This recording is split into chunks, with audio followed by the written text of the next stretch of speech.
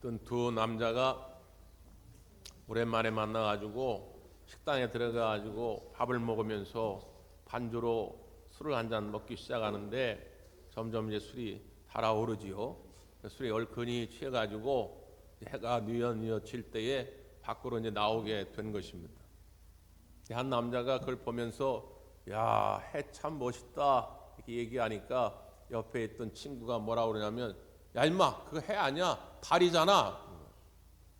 야 저게 무슨 달이냐 해야. 야 벌써 깜깜해졌잖아. 깜깜할 때 빛나는 건 저건 달이라고. 그래서 길에서 해냐 달이냐 가지고 싸움이 났어. 그러다가 마침 또 술에 잔뜩 취해서 지나가던 한 아저씨가 있는데 그 아저씨를 붙잡고 물어본 거예요. 아저씨 저기 떠 있는 게 해입니까 달입니까? 이 아저씨 하는 말이 아이 나는 이 동네 안 살아서 잘 몰라요. 아니 그게 그 동네 살아야 알면 됩니까? 근데 우리가 술에 많이 취하게 되면 이성도 지성도 마비돼서 분별력을 잃어버리죠. 보아야 할 거를 보지 못하고 들어야 할 걸 잘 듣지 못하게 되는데 마찬가지로 영적으로도 우리가 문제가 생겨가지고 내 영의 그 귀가 눈이 막혀지게 되면 분별력을 잃어버립니다. 보아야 할 걸 보지 못해요. 들어야 할 걸 듣지 못합니다. 자꾸 사람들은 없다고 말하고 말하지 않았다고 그러는데 하나님 분명 우리에게 보여주셨고 들려주셨는데 우리가 그걸 못 보고 못 듣는 거예요. 깨닫지 못하는 것이죠. 그러면 분별력을 잃어버립니다. 그래서 가지 말아야 할 길을 가게 되고 두려워하지 않을 상황에서 두려워하게 되고 분노하지 않아야 할 때 분노하게 되고 낙심하지 말아야 할 때 낙심하게 되고 그렇게 되는 것이거든요. 여러분 그 필리핀의 국민적 영웅인 매니 파퀴아오라고 하는 복싱 선수가 있죠. 이 파퀴아오가 아마 이후에도 그런 사람이 없을 텐데 복싱 역사상 처음으로 8체급을 석권했어요. 8체급의 챔피언입니다. 그래서 필리핀에서 이 파퀴아오가 경기를 한다 그러면 길거리에 사람이 한 명도 없을 정도였다고 그래요. 범죄율 제로. 사람들이 안 다니니까 범죄가 일어나지 않을 정도로 국민적 영웅이었죠. 그래서 돈도 어마어마하게 벌었습니다. 그러다 보니까 술과 도박에 중독되고 문란한 성적 생활을 하게 되고 그렇게 살아가다가 어느 날 꿈에 하나님의 음성을 듣게 됩니다. 처음에는 심의했으나 분명히 그것이 하나님의 음성임을 깨닫게 돼요. 하나님께서 뭐라고 말씀하셨냐면 왜 너는 자꾸 나를 떠나려고 하느냐? 왜 나와 점점 멀어지려고 하느냐? 아주 어린 시절 알았던 그 하나님 그리고 그동안은 잊고 살았던 그 하나님의 음성을 이 파퀴아오는 분명히 들었다고 고백합니다. 그래서 꿈에 깨어 하나님 앞에 회개하며 기도합니다. 이제 이렇게 살지 않겠다고. 그래서 자기 소유의 술집도 도박장도 다 팔아버리고 자기가 모은 재산을 가지고 성경을 사람들에게 나눠주고 하나님의 복음을 증거하기를 시작합니다. 나중에 가난한 자를 돕고자 정치인이 되기도 했지만 그것보다도 늘 선교사의 사명을 감당하려고 애를 썼어요. 그러니까 우리나라에도 왔었죠. 그가 이런 고백을 합니다. 하나님께서 쓸모없는 나의 인생을 의미 있는 인생으로 바꾸어 주셨습니다. 이 고백이에요. 여러분 그는 국민적인 영웅입니다. 수많은 돈, 인기, 명예, 많은 걸 가졌던 사람이에요. 그러나 자기는 하나님을 만나기 전에 쓸모없는 인생이었다고 고백합니다. 그런데 하나님을 만나고 나는 의미 있는 인생이 되었다. 내 인생의 가장 복된 일은 하나님을 다시 만난 것이었다. 이렇게 고백합니다. 우리도 마찬가지죠. 하나님을 만나는 그 순간 쓸모없었던 인생이 의미 있는 인생으로 바뀌게 될 줄 믿습니다. 저주와 화로 넘쳐났던 인생이 하나님을 만나는 순간 복 있는 인생으로 달라지게 될 줄 믿습니다. 우리는 그런 꿈이 있잖아요. 오늘 본문에 등장하는 야곱이라고 하는 인물도 그렇게 하나님을 만나는 꿈을 꾸고 나서 완전히 달라진 인생을 살아가게 됩니다. 오늘 본문 시작은 이렇게 되지요. 이제 하란으로 향하게 되었다는 거예요. 왜 하란으로 가게 됩니까? 명목상으로는 결혼할 신부를 구하기 위함이지만 실제는 형 에서의 장자의 축복권을 빼앗고 난 다음에 겁이 나가지고 도망을 치는 거예요. 형 에서는 아주 호전적인 사람입니다. 거칠어요. 만약에 잡히게 되면 뼈도 못 추립니다. 그러니까 뒤를 돌아볼 새가 없어요. 그냥 앞으로 가는 겁니다. 힘들어도 쉴 수가 없어요. 근데 가다 해가 떨어집니다. 더 이상 갈 수 없는 상황이 되는 것이죠. 우리나라는 참 잘 사는 나라라서 24시간 거리에 가로등이 켜 있지만 옛날에 그런 게 어디 있습니까? 해가 떨어지면 갈 수가 없어요. 짐승의 공격을 받게 됩니다. 그러니 어쩔 수 없이 한 곳에 머물게 되는 것이죠. 그리고 그곳에서 돌을 하나 주워다가 베개를 삼고 잠을 청하게 된 것입니다. 처음엔 잠도 잘 오지 않지요. 쓸쓸합니다. 외롭습니다. 엄마 리브가의 사랑을 듬뿍 받던 막내 아들이었는데 이제는 그 엄마의 품을 떠나서 홀로 서야 한다고 하니까 쓸쓸하지. 이 밤중에 잠자다가 들짐승의 공격을 받아가지고 죽을지도 모릅니다. 실제로 당시에는 그런 사고가 많았어요. 두렵지요.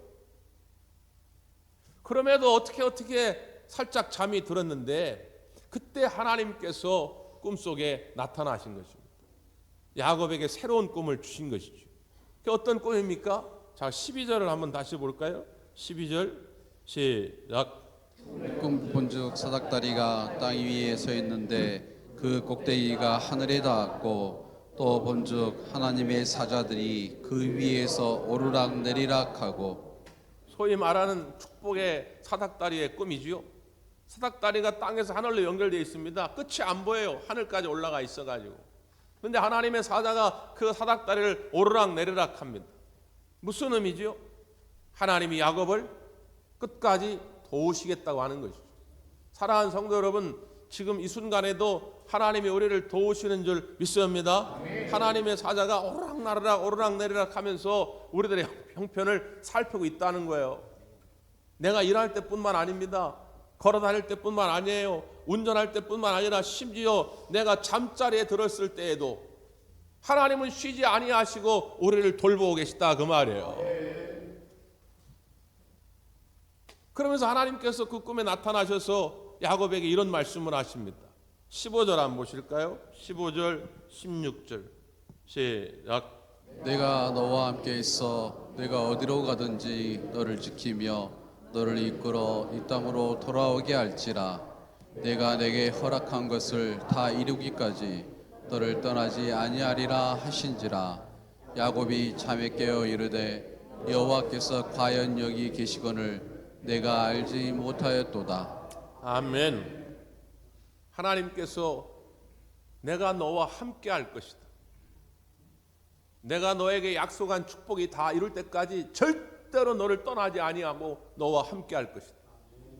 그리고 네가 지금 이 하란으로 가지만 언젠가 다시 이 고향 땅으로 돌아올 텐데 그 고향 땅으로 돌아올 때까지 내가 절대로 너를 떠나지 아니하고 너와 함께 할 것이다. 소위 임마누엘의 꿈을 야곱에게 보여주는 것입니다. 그거면 된 거 아닙니까? 우리에게 여러 구체적인 문제들이 있지만 하나님이 세세하게 그 구체적인 문제들에 대한 답을 주시기 전에 걱정하지 마라. 내가 너와 함께 할 것이다. 그러면 된 거 아니겠어요? 사랑하는 성도 여러분, 그 임마누엘 나와 함께 하시는 하나님을 깨닫고 여러분 마음에 새로운 소망이 있기를 간절히 바랍니다. 하나님은 이미 우리 가운데 그렇게 오신 거란 말이죠. 그럼에도 깨닫지를 못하고 있다 그 말이죠. 내 영혼이 병들어 있으면, 내 영혼의 감각이 무뎌져 있으면 그 함께 하시는 하나님을 느끼지 못하는 거예요. 그러니까 두려워하게 됩니다. 그러니까 낙심하게 되는 거예요. 그게 하나님의 자녀, 하나님의 백성들이 하지 말아야 할 그러한 생각과 감정인데 내 영혼이 무뎌져 있으면 그렇게 되더라는 거예요. 그러니까 야곱이 꿈속에서 하나님을 만난 다음에 깨어 뭐라고 고백합니까?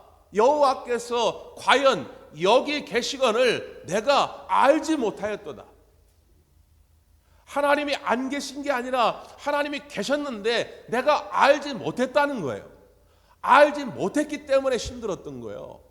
반대로 이야기하면 알면, 깨달으면 힘들 일이 없어요. 사랑하는 성도 여러분, 하나님이 여러분과 함께 하시니 그 함께 하시는 주님을 기억하면서 모든 어려움을 극복해 나가시기를 간절히 바랍니다. 그 임마누엘의 하나님을 경험한 이 야곱이 이제 결단합니다. 깨달았으니까 결단해야죠. 알지 못했을 때는, 느끼지 못했을 때는, 확신이 없었을 때는 그렇게 살았다 치더라도 오늘 여러분이 이 말씀을 통해서 그 임마누엘의 하나님을 깨달았다면 달라져야죠. 그래서 야곱도 결단을 하는 거예요. 자, 뭐라고 결단을 합니까? 성경을 다시 한번 보죠. 20절에서 22절까지 다 보겠습니다. 시작. 야곱이 서운하여 이르되 하나님이 나와 함께 계셔서 내가 가는 이 길에서 나를 지키시고 먹을 떡과 입을 옷을 주시며 내가 평안히 아버지 집으로 돌아가게 하시오면 여호와께서 나의 하나님이 되실 것이요 내가 기둥으로 세운 이 돌이 하나님의 집이 될 것이요 하나님께서 내게 주신 모든 것에서 10분의 1을 내가 반드시 하나님께 드리겠나이다 하였더라. 아멘. 아멘. 여기를 문자적으로 그냥 읽어가다 보면 마치 야곱이 하나님과 어떤 조건부 거래를 한 것처럼 느낄 수가 있죠. 만일 하나님이 나와 함께 하시면, 하나님이 나에게 먹을 것과 입을 것을 주시면, 하나님 만일 나를 여기 돌아오게 하신다면 이렇게 하겠나이다 하기 때문에 이게 조건부 거래처럼 느껴질 수 있는데, 지금 앞에 상황과 연결해 보면 그런 것보다는 야곱의 결단, 야곱의 의지를 보여줍니다. 그래서 대다수의 성서학자들은 이걸 조건부로 해석하지 않아요. 특별히 앞에 야곱이 소원하여 이르되 이렇게 됐단 말이죠. 이 소원이란 말이 뭘까? 히브리어 원문 성경에는 네데르라는 단어를 쓰면 네데르란 말은 그냥 쉽게 말하면 맹세, 서약 그런 뜻인데, 네데르란 말이 언제 쓰여지냐면 하나님께 구두로 말로 맹세함 그런 뜻이에요. 그러니까 하나님께 이렇게 살기로 맹세할 때 쓰던 단어가 네데르란 단어입니다. 그러니까 서원이라는 말도 한자로는 맹세할 서자, 원할 원자인데 원하는 것을 맹세한다 뭐 그런 뜻인데, 국어사전을 찾아보면 이렇게 돼 있어요. 기독교에서 사용할 때는 보다 선하고 훌륭하게 살아가기로 하나님과 약속하는 행위 이렇게 돼 있어요. 이게 사전적인 의미입니다. 이 서원이란 무슨 뜻이냐? 보다 선하고 훌륭하게 살아가기로 하나님과 약속하는 거예요. 그러니까 지금 야곱이 소원했다 이 말은 하나님과 약속을 합니다. 그러니까 왜 약속을 하느냐? 지금 이 베델에서 나와 함께 하시는 이 임마누엘 하나님을 경험했기 때문에 이미 앞으로도 나와 함께 할 거라는 걸 확신하고 있는 거죠. 하나님이 여기 돌아올 때까지, 고향으로 돌아올 때까지 함께 하시겠다고 했으니까 그걸 확신하는 거예요. 확신하기 때문에 나는 앞으로 이렇게 살겠다고 결단하면서 하나님 앞에 신앙을 고백하는 장면입니다. 그 관점에서 이 대목을 읽어야 더 쉽게 이해가 돼요. 세 가지를 결단하죠. 자, 뭐라고 결단합니까? 21절 후반부에 이렇게 돼 있어요. 여호와께서 누구의 하나님이요? 나의 하나님이 되실 것이다. 여호와께서 나의 하나님이 되실 거라는 거예요. 그러니까 이전에는 아버지 때, 할아버지 때부터 믿어온 하나님, 그리고 그 할아버지, 아버지부터 들었던 하나님이 있겠죠? 할아버지 아브라함이 믿었던 하나님, 아버지 이삭이 믿었던 하나님. 아마 야곱은 어린 시절부터 귀가 따갑게 들었을 거예요. 근데 귀가 따갑게 들으면 뭐합니까? 감흥이 없어요. 감동이 없다 그 말이에요. 저도 어린 시절에 저희 어머니, 저희 아버지로부터 수도 없이 하나님에 관해서 들었습니다. 그러니까 주일날이면 하나님 만나러 교회로 가라니까 가긴 가는 거예요. 근데 어린 시절 참 시험 중에 큰 시험이 뭐냐? 은하철도 9구를 못 봐. 이게 얼마나 큰 시험인지 몰라요. 그래도 가라니까 가는 거예요. 왜 가야 하는지 잘 몰라. 나는 그냥 집에서 은하철도 9구를 보고 싶은데 딱 그 예배 시간에 그걸 했거든요. 그런데 가라고 하니 갔는데 나중에 내가 하나님을 만나게 되니까 아무리 재밌는 것이 세상에 있어도 그것이 나를 붙잡지 못하더라는 거예요. 이제는 아버지 하나님이 아닙니다. 어머니 하나님이 아니에요. 나의 하나님을 만나게 되니까 세상 그 어떤 것보다도 하나님이 좋고 하나님이 보고 싶어지더라 그 말이에요. 그 하나님을 여러분 만날 수 있기를 바랍니다. 아니 이미 여러분은 만나셨을 거예요. 그러니까 여기 앉아 계시겠지요. 그런데 이런저런 이유 때문에 혹시 그것이 희미해졌더라면, 그래서 신앙생활이 그냥 무거워지고 형식화되어 있다면 오늘 이 시간 말씀을 통해서 다시 나의 하나님을 만날 수 있게 되기를 간절히 바랍니다. 그래야 뭔가 하나님의 능력이 내 삶을 통해 나타난다 그 말이에요. 그 야곱이 결단을 하는 거예요. 이제는 하나님만 나의 하나님으로 삼겠다는 거예요. 두 번째, 뭐를 결단합니까? 22절에 내가 기둥으로 세운 이 돌이 하나님의 집이 될 것이요 그럽니다. 원래는 달라고 베개 삼으려고 가져갔던 돌인데 그 돌을 기둥으로 삼았어요. 그리고 제단을 쌓았어요. 그리고 그곳의 이름을 하나님의 집, 히브리어로 베델이라 지은 것입니다. 내가 이렇게 살기로 결단한다고 하는 건 무슨 뜻일까요? 베델의 삶을 산다? 이 말은 예배 중심, 은혜 중심으로 살아가겠다는 거예요. 쭉 창세기를 읽어가다 보면 20여 년 동안 삼촌 나반의 집에서 고생하다가 하나님의 은혜로 많은 재산과 식소들을 거닐고 이 고향으로 다시 돌아옵니다. 돌아오다가 세겜 땅이라는 곳에 머물러요. 창세기 34장의 이야기죠. 세겜 땅은 딱 봐도 좋은 땅입니다. 딱 봐도 아름다운 도시예요. 지금 우리나라로 따지면 굳이 말하면 저 서울 강남쯤 되는 거예요. 뭐 압구정동 청담동쯤 되는 거예요. 그냥 봐도 좋아 보이는 동네. 그러니까 야곱의 식솔들이 그곳에 머물게 된 것이죠. 베델로 돌아와야 되는데 베델 오기 직전에 그냥 세겜에 머무는 거예요. 너무 좋아 보이는 땅이니까. 그의 딸 다나가 그 좋아 보이는 풍물들을 구경하러 갔다가 그만 성폭행을 당하고 맙니다. 그 이야기를 듣고 그의 오라비들이 화가 나서 그 세겜 땅의 사람들을 닥친 대로 죽여요. 그래서 야곱과 그의 가문은 거기서 잘못하면 진멸될 위기에 처하게 됩니다. 전쟁이 날 뻔한 것이죠. 야곱은 큰 위기를 겪게 됩니다. 그리고 창세기 35장에 넘어갔을 때 하나님이 야곱을 불러서 뭐라고 말씀하느냐? 야, 베델로 올라가라. 다시 베델로 올라가라는 거예요. 이 세겜 땅은 머물 땅이 아니라 베델로 올라가라. 그래서 야곱이 그의 자녀들과 식솔들을 불러놓고 이야기합니다. 우리가 베델로 올라가자. 환난 날에 나를 만나셨던 그 자리, 내가 부르짖었을 때 응답하셨던 그 자리, 그 은혜의 자리로 돌아가자. 그것이 곧 베델입니다. 야곱은 그렇게 살기로 오늘 이 장면에서 결단했던 것이죠. 여러분, 은혜 중심으로 살아가셔야 됩니다. 신앙생활 하면서 서운했던 거, 섭섭했던 거, 그거 붙잡고 살아가면 힘들어서 못해요.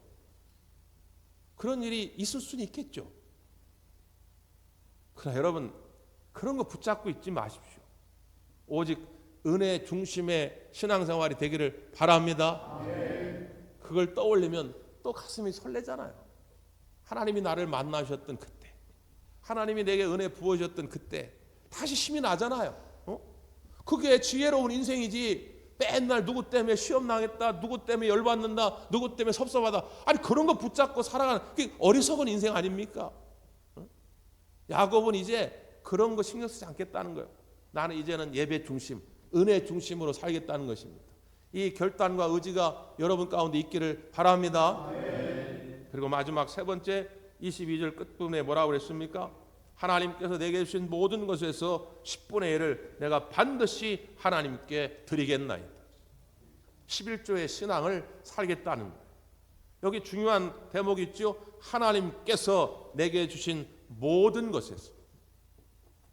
야곱은 이렇게 고백하는 거예요. 이 전에는 이런 고백을 하지 않았어요.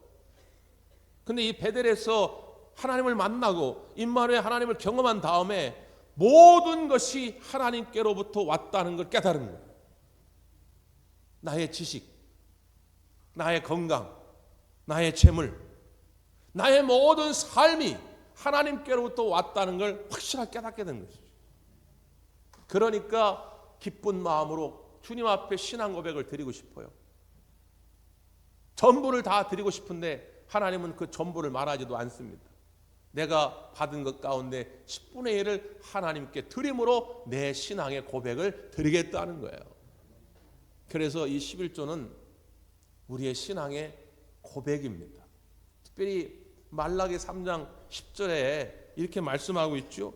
우리가 11조가는 가장 잘 아는 구절인데, 만군의 여호와가 이르노라 너의 온전한 11조를 창고에 들여 나의 집에 양식이 있게 하고 그것으로 나를 시험하여 내가 하늘 문을 열고 너희에게 복을 쌓을 곳이 없도록 붙지 아니하나 보라 말씀합니다. 이 구절을 처음 읽을 때에 어디에다가 중점을 두고 읽느냐가 참 중요하죠.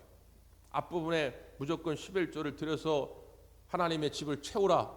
그러면 거기에 또 너무 부담이 돼가지고 이 하나님의 말씀을 돈 이야기로 듣는 분들이 있어요. 그러면 이게 시험이 듭니다.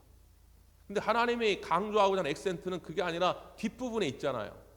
하나님이 하늘 문을 여실 것이다. 하나님이 그 복이 쌓을 곳이 없을 정도로 채워주실 것이다. 이게 하나님의 본 마음이라는 거예요. 여러분도 자녀를 다 길러보셨잖아요. 자녀들을 향해서 여러분 다 그런 마음 아닙니까? 어떻게든지 하나님 그 자녀들에게 모든 걸 다 부어주고 싶듯이 우리 하나님도 어떻게든지 하나님의 자녀들에게 모든 걸 다 부어주고 싶다 그 말이에요. 그래서 11조의 신앙은 하늘 문을 여는 축복의 열쇠가 됩니다.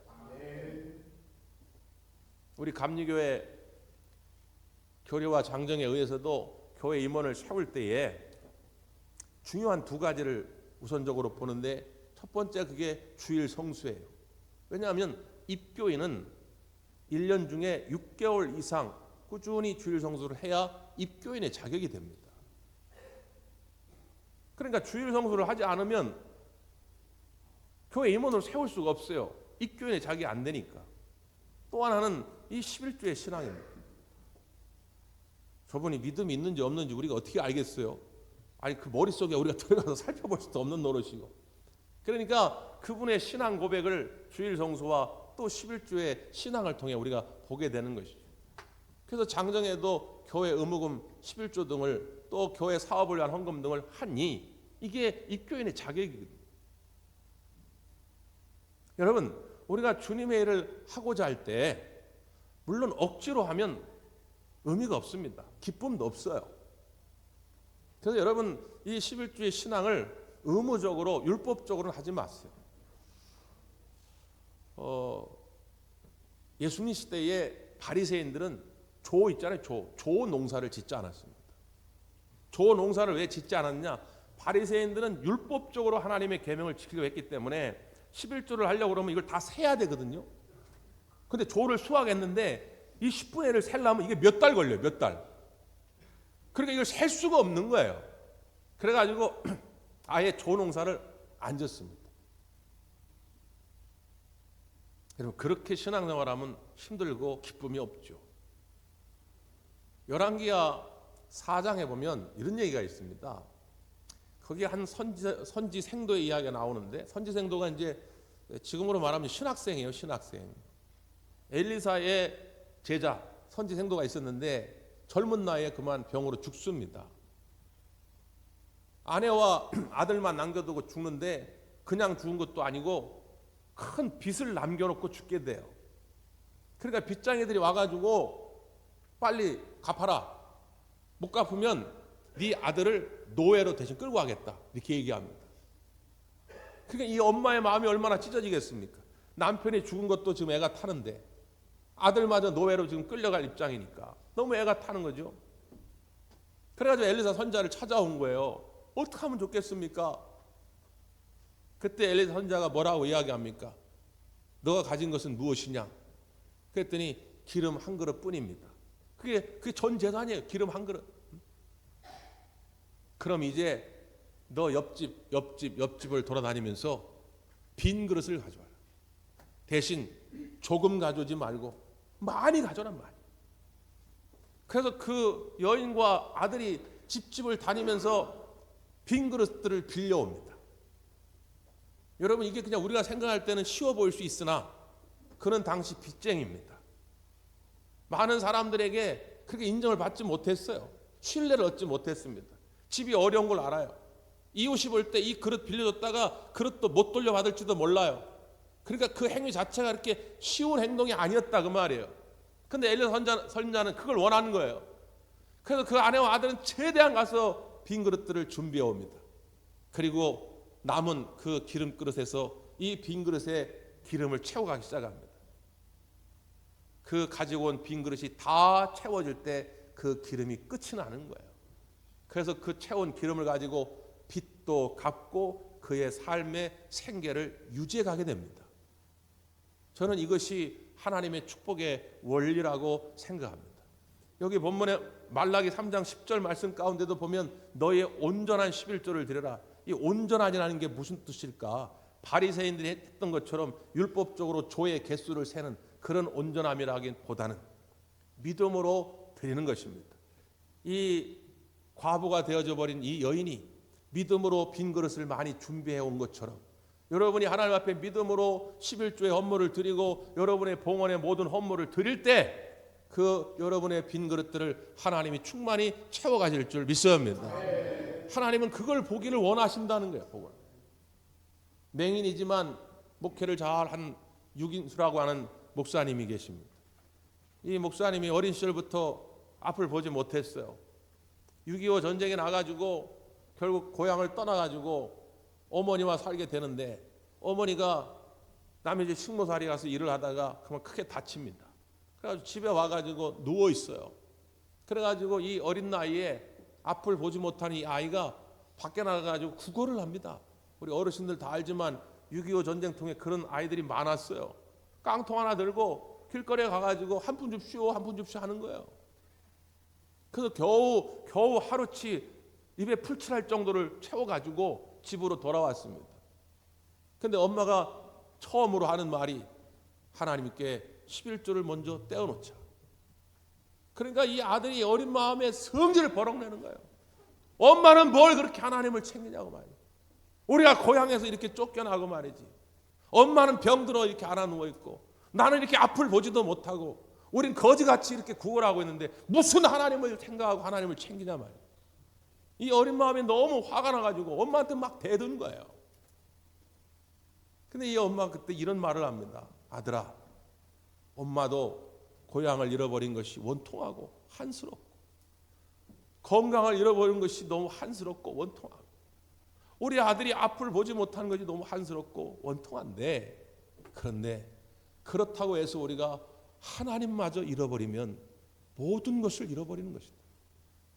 하나님을 잃어버리지 않는다면 하나님이 모든 것을 채워주실 것이다. 그 어린아이 붙잡고 했던 그 엄마의 말이 그 마음을 붙잡은 거예요. 그 아이의 삶을 지켜낸 것입니다. 그 나중에는 훌륭한 목회자가 된 거예요. 사랑하는 성도 여러분, 하나님을 잃으면 안 됩니다. 믿음을 잃어버리면 안 됩니다. 우리의 신앙 고백을 잃어버리면 안 됩니다. 무슨 일이 있어도 이 믿음을 지키시고 축복받는 인생 되기를 간절히 바랍니다. 기도하겠습니다.